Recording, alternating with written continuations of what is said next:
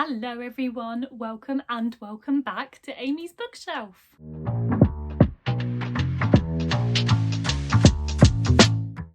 Today I'm going to go through every series that I have started and not finished. So I got this idea when I saw Literary Lily doing exactly the same video. I'll link hers up here.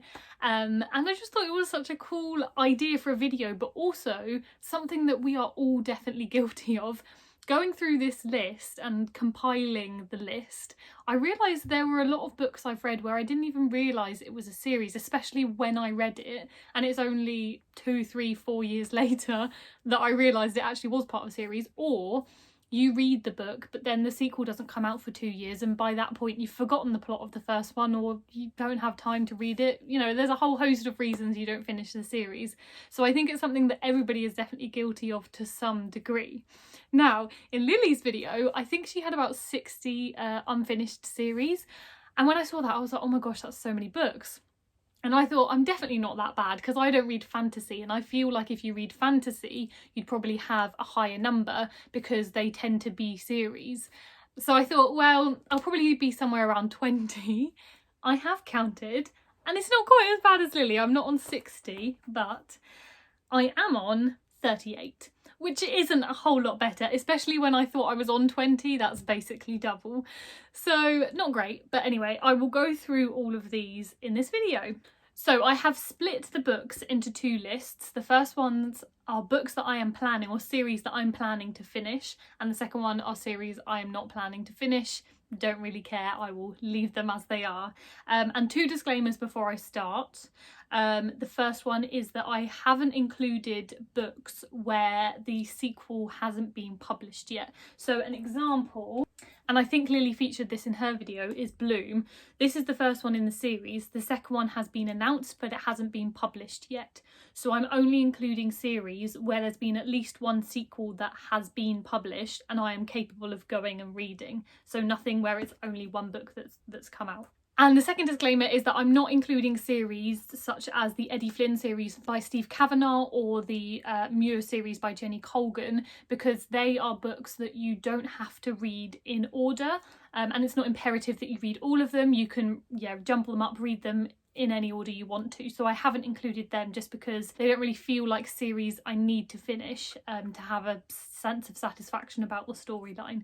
So yeah, not included them. But everything else I have included in these 2 lists.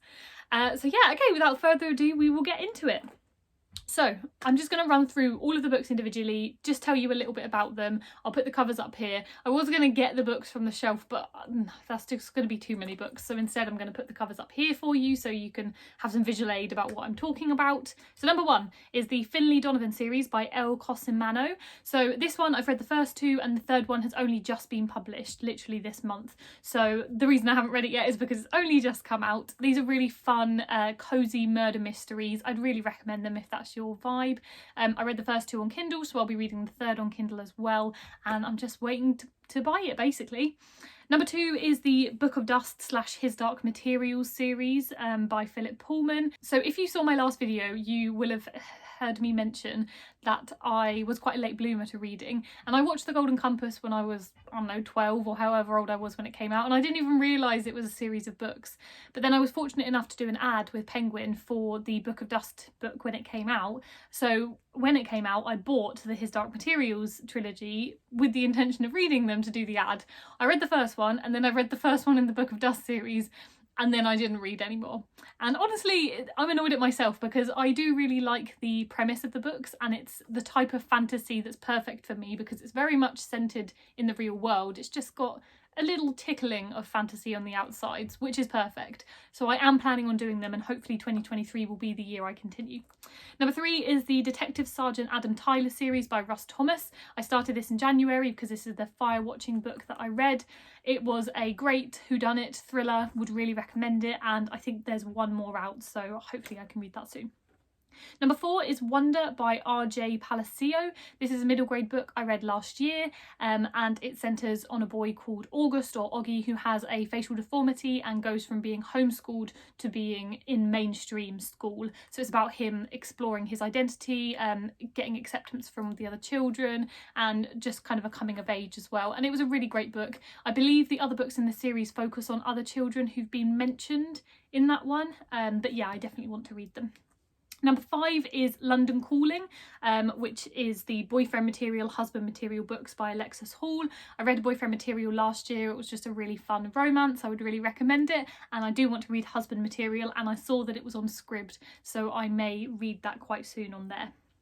Number 6, A Series of Unfortunate Events by Lemony Snicket. So last year I started getting these out of the library. I believe I got to book 7 or 8, and I thought it was a really great way to support my local library, and I was also trying to read more middle grade books, so I'm going to try and get back into the swing of that this year. I'm going to continue taking them out of the library and hopefully finish the series. I think there's 13 in total, so about halfway there, so yeah, hopefully I'll be able to continue.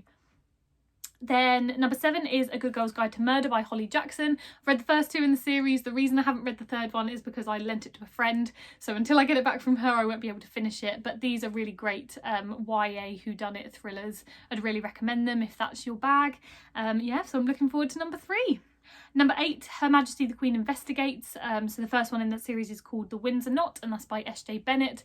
Again, they're really like cosy murder mysteries that involve the Queen. So just somebody investigating a murder, and the Queen helps them investigate and find out who committed the murder, basically. They're really great. I would recommend them. Number 9, the Before the Coffee Gets Cold series by Toshikazu Kawaguchi. The only reason I haven't bought the third one in this is because it's not out in paperback yet, and the first 2 that I have read and own I have in paperback, and I really don't want to buy the third one in hardback because then they won't be able to sit together. So I will be buying the third one, but only once it's out on paperback. They are contemporary books with like a sci-fi time travel twist, but they're really great. They're a little bit different and they get quite deep, which I really enjoy, and they're translated, so definitely go read them. Number 10 is the All Our Hidden Gifts series by Caroline O'Donoghue. Didn't realise this was a series when I read it, but I really enjoyed it. It's like a YA mystery book with a little bit of like magic thrown in. But yeah, I really enjoyed the representation, the character development and the plot generally, so I'll be trying to read the second one at some point. Number 11 is the Twilight series by Stephanie Meyer. If you watched my video, I'll link it up here, of me unhauling books, then you'll know that I almost unhauled this series because I've owned it now for a while and I haven't read it. So I've set myself a deadline that if I still own that series in a year, I will be unhauling it. I don't know whether I'm going to finish it or not. We will see. I've only read the first one because I feel like I'm the only person on the planet that hasn't read those books. So yeah, not sure. Watch this space.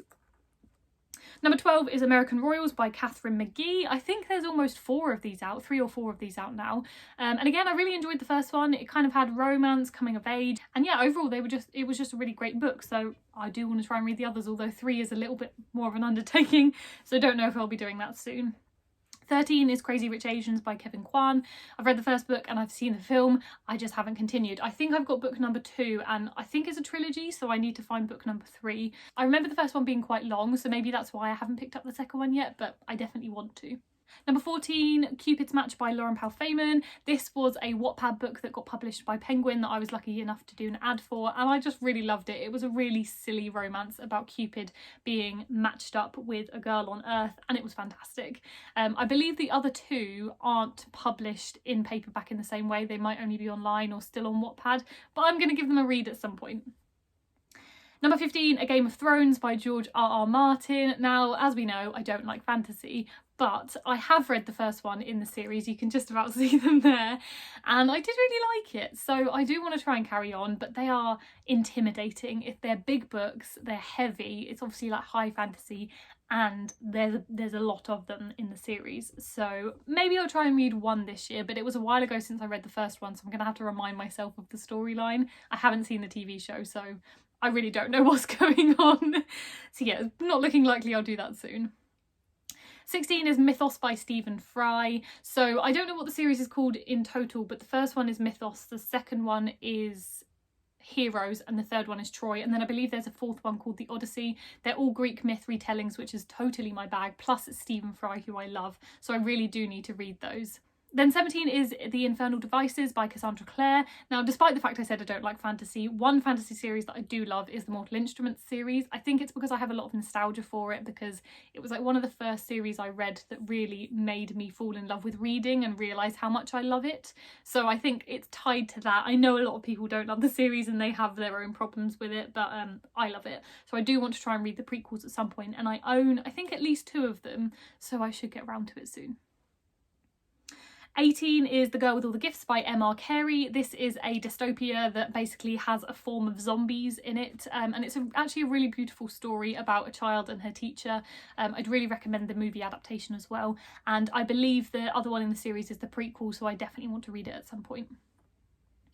19 is Every Day by David Leathertham. This is another example of one I didn't realise was a series. I went into a charity shop and I saw a book by David Leathertham, and having loved Every Day, I thought, oh, I'll buy that. And it was only when I got home that I realised I'd bought number 3 in the series. So I don't actually currently own number 2, so I need to get number 2 in order to read them all. And I also want to reread number 1 because it's been a while.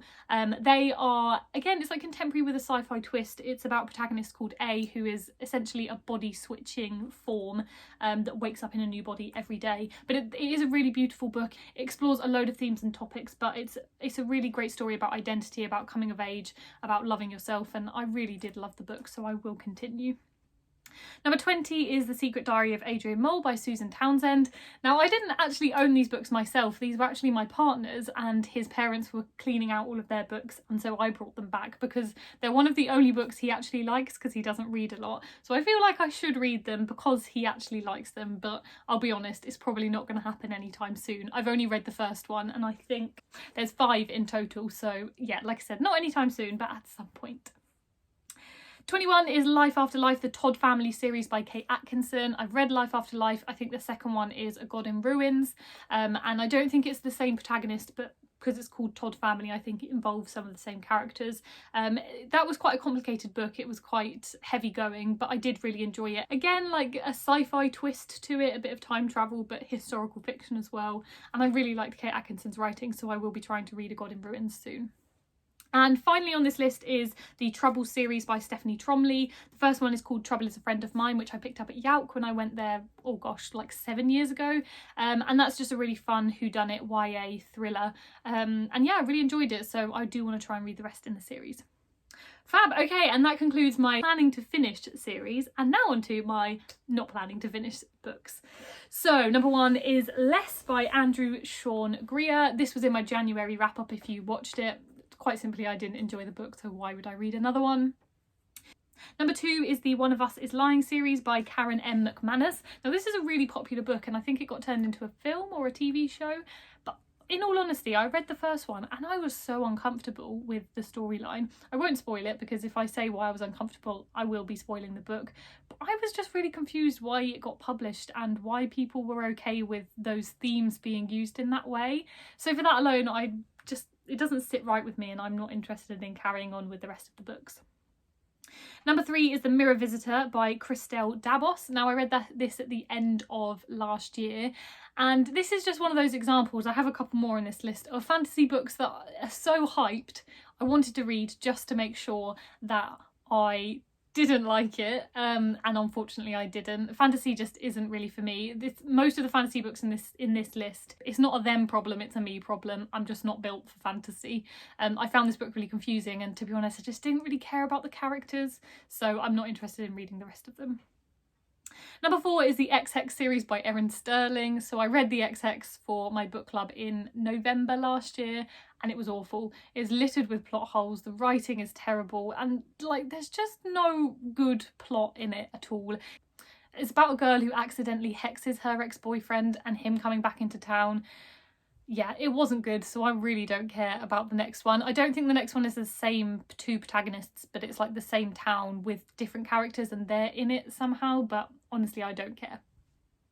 Number 5 is The Gilded One, so the Deathless series by Namina Fauna. This is very similar to The Mirror Visitor in that it was a great book, it just wasn't for me. Again, it's fantasy, and I really liked the sound of the premise, but fantasy just doesn't really grip me, and I just find it too much work for me to really be invested in the storyline, so that's the only reason I won't be reading the rest of them. Number 6 is the Captain Chase series by Patricia Cornwall. I did a couple of ads for these a few years back and they're kind of sci-fi thrillers. They were fine. Again, I'm just not really that invested in wanting to know what happens with the rest of them. And also, I think those thrillers are the kind of ones that I'm trying to stay away from, in that they just feel very formulaic and like every other thriller. So again, that's why I won't be finishing the series. Number 7 is the Bridgerton series by Julia Quinn. So the first one is The Duke and I, which I read when Bridgerton was made a TV series. And to be honest, it just didn't age well, and I don't think the rest of the books will either. I think I've come to terms with the fact that I'd very much rather consume these books as TV shows episodes than as books, because like I said, they just didn't age well. I think what they're doing with the TV show is really brilliant to modernise it and bring it into a more inclusive and diverse audience. But yeah, I just don't really want to finish reading the books. I'd rather watch the TV show. Number 8 is the Magpie Society series by Zoe Sugg and Amy McCulloch. The first one is called One for Sorrow. It was fine. It was a YA whodunit set in a boarding school and it definitely held my interest. It was gripping enough, it had a great ending, but I'm just not really interested in reading the rest of them. I've got a lot of other books to read, so I just never see myself prioritising them. Number 9 is the Neverwhere series by Neil Gaiman. This was recommended to me because someone was horrified that I'd never read a Neil Gaiman book and he recommended Neverwhere. And again, it's fantasy and it's just not my bag. Again, same with Bridgerton. I've seen the Good Omens TV show and I really loved that. So I think I'm just going to consume Neil Gaiman as TV shows and movies rather than as books. Number 10 is The Tattooist of Auschwitz by Heather Morris. I've read the first one but haven't read the others, and I think there's been a lot of interesting conversations about the book generally, about the topic of World War II, and not only that but the Holocaust as well. I think that's always really hard material to write about, and so I think it's definitely worth researching other people's opinions of how that book was handled, and I think because of that I'm not really interested in continuing with the series. Number 11 is the Fire Sermon series by Francesca Haig. Again, I bought this at Yauk, like so 7-8 years ago, and I remember I bought it because the protagonist or the premise was about twins, and I'm a twin, so that always interests me. But again, it's fantasy. I didn't love it that much. I won't be reading the rest of them. Number 12 is the Book of Dead Days by Marcus Sedgwick. I couldn't even tell you what this is about. I read it like 10 years ago and I remember hating it. That's all the information I can give you. Obviously, to do these lists, I literally went through every single book I've read on Goodreads, so some of them were from a long time ago. Following on from that, number 13 is Awakened by Katie Kaminsky. Again, I remember it was a dystopia, but that's all I remember about it, so I'm not going to be reading the rest of them if I can't even remember what happens in book 1. Number 14 is The Rosie Project by Graeme Simmerson. This was an okay book. I think it's a little bit overhyped, but I did enjoy it. But I just don't really have that much interest in carrying on. So I don't really know specifically why I don't want to read them, but it's probably just because I have so many books I want to read that if I did buy the sequel, I just don't think I would ever reach for it. So for now, at least, I'm putting a pin in it. I won't be carrying on. 15 is 50 Shades of Grey by E.L. James. I told you it was every book I've ever read, and I have to be honest with you, I did read the first 50 Shades of book when it got made into a film because I wanted to see what the hype was about, and it's exactly what everybody says it is. It's really badly written, but I also understand why it's so popular. So, you know, I'm glad I've read it so I can have an opinion, but I won't be reading the rest of them. And finally on the list is the Millennium series by Stieg Larsson. So that's the Girl with the Dragon Tattoo books. Quite simply, these scared me too much to carry on reading them. I get scared very easily and I'm also scared of the dark, so it's just not really worth keeping myself up at night. And so yeah, I don't really want to read the others. I read the first one but I haven't read number 2 and 3. I did own them for a while, but I think it was about 18 months ago I unhauled them because I just said, Amy, you're never going to read these, just give them away. So I did. Okay, and that is everything. So that was all 38, was it, books? Series that I have started and not finished, so not too bad. I think a good goal for me would be to finish or at least continue with 5 of the series this year and hopefully not add too many more to the list, although like I said, sometimes you inadvertently add them because you don't realise that you're reading the first book in a series, or like it hasn't been announced that there's going to be a sequel, so it's hard to get away. But yeah, I hope you've enjoyed this. Go check out Lily's video as well because she goes through all of those series and books and that was really interesting to listen to and watch. And yeah, if you did like this video, please like it and please subscribe to my channel to keep up with all of my new content, and I will see you next time. Bye!